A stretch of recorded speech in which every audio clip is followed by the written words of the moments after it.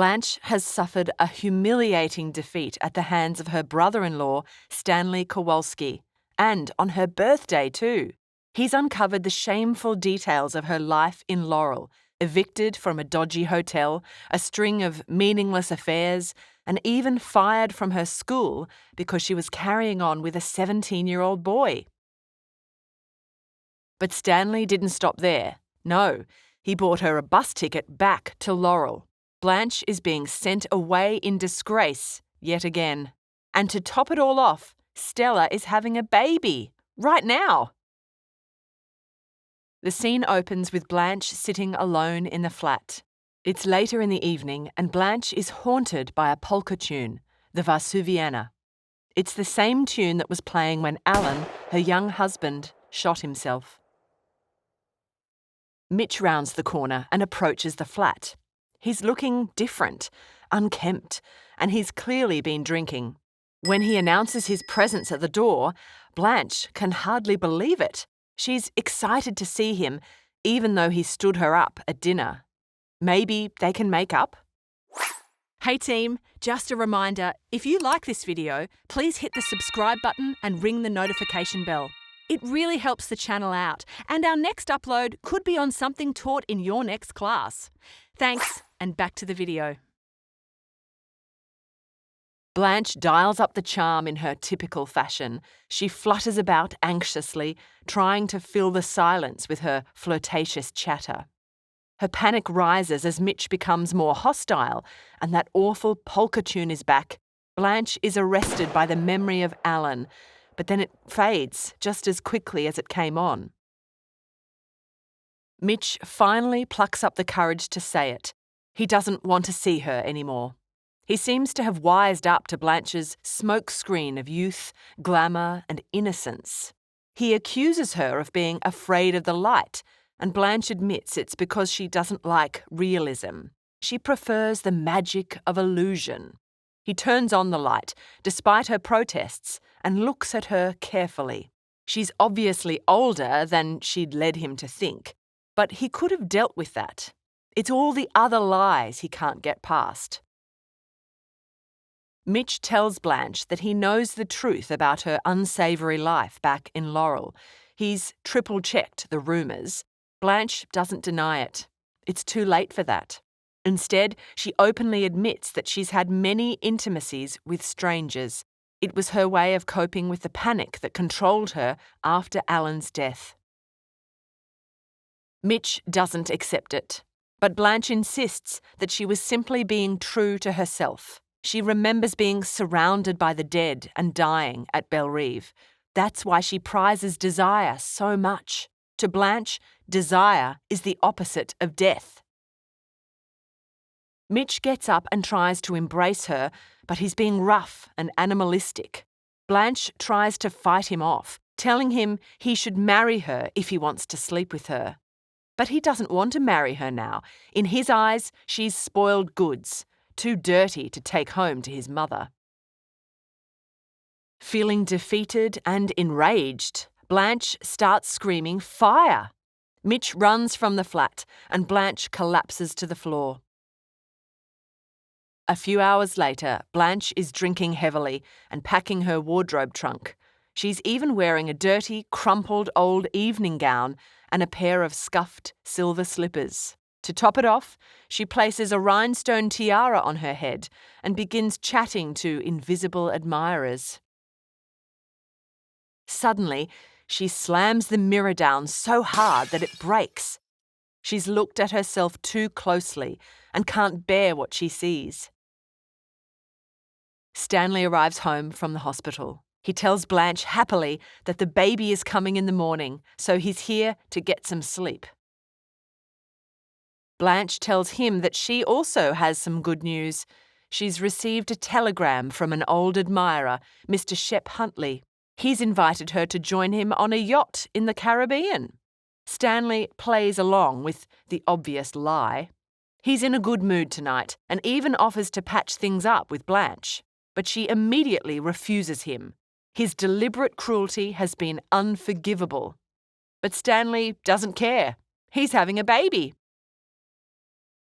Blanche rambles on about how cultured and sophisticated she is, the perfect companion for a millionaire like Shep. Not like Stanley, who's no better than a pig. She then weaves an elaborate tale about how Mitch came back with a box of roses, begging for forgiveness. Stanley's had enough. No more lies. He shatters her illusions of grandeur by ridiculing her dress, her tiara, everything about her. He then approaches her menacingly and she screams at him to not come any closer. When Stanley goes into the bathroom, she fumbles for the phone to call for help. She pleads with the operator to put her through to Shep Huntley, but she doesn't know his details. As a last resort, Blanche calls Western Union, a telegram service. She's in the middle of reciting a desperate, garbled message when Stanley emerges from the bathroom. He's wearing his silk pajamas and a creepy grin. Sensing that she's in real danger, Blanche tries to get past Stanley to the door. He initially lets her pass, but realizes he wants something else. Blanche recognizes the look he's giving her. Panicked, she smashes a bottle on the table and faces him, brandishing the broken end. But she's no match for Stanley, who enjoys a bit of roughhouse.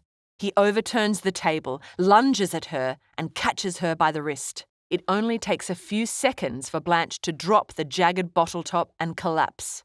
Stanley picks her up and carries her to his bed. Some weeks later, the Kowalskis are hosting another poker night. Blanche is in the bathroom and Stella is packing Blanche's things. Eunice comes downstairs. She's put Stella's baby down for a sleep upstairs. Stella tells Eunice that they told Blanche that she's going to the country for a rest. Blanche thinks it's with Shep Huntley. Stella's not sure she's done the right thing, but Eunice reassures her. What else could they have done for her? Stella is torn. Blanche told her what happened with Stanley. But how could Stella believe it and continue living with Stanley? Stella can't bring herself to believe that Stanley could rape her sister. So Blanche's story has been chalked up to delusion. Blanche emerges from the bathroom in a beautiful satin robe. She hears the Vesuviana. Stanley's voice shocks Blanche and she becomes hysterical. Stella and Eunice calm her down by telling her how beautiful she looks and how exciting it is that she's going on a trip. A doctor and matron arrive. Their expressions are grim, especially the matron, who's very stern. Blanche greets them but realizes something isn't right. Blanche re-enters the bedroom and Stanley rises as if to block her. The matron follows her in and takes control. Blanche begins to panic as Stanley and the matron close in on her. Then, chaos. Blanche screams and tries to run. All the men get to their feet. Stella yells through tears not to hurt her sister. Eunice holds Stella back and tells her to look away. Mitch's empathy kicks in and he tries to help Blanche, but Stanley blocks him. Enraged at Stanley's meddling, Mitch lunges at Stanley, who pushes him back. Mitch collapses at the table, sobbing.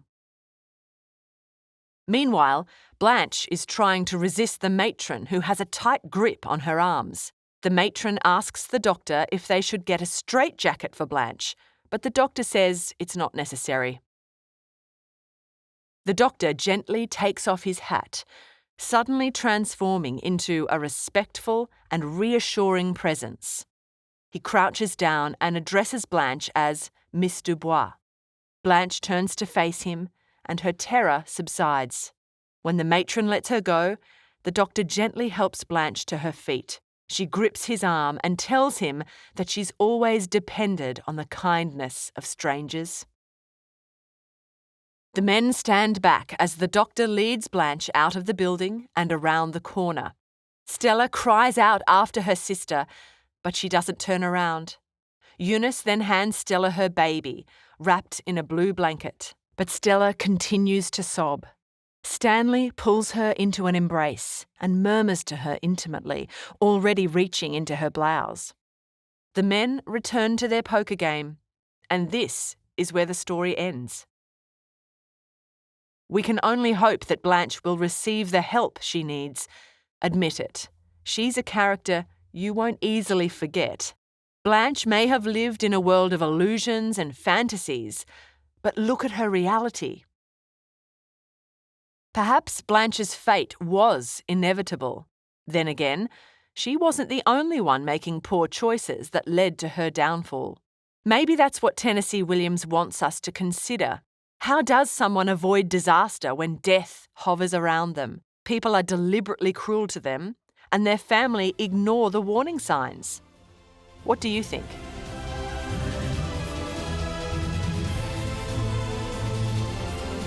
We hope you enjoyed this Schooling Online production. For more easy lessons, check out our other videos.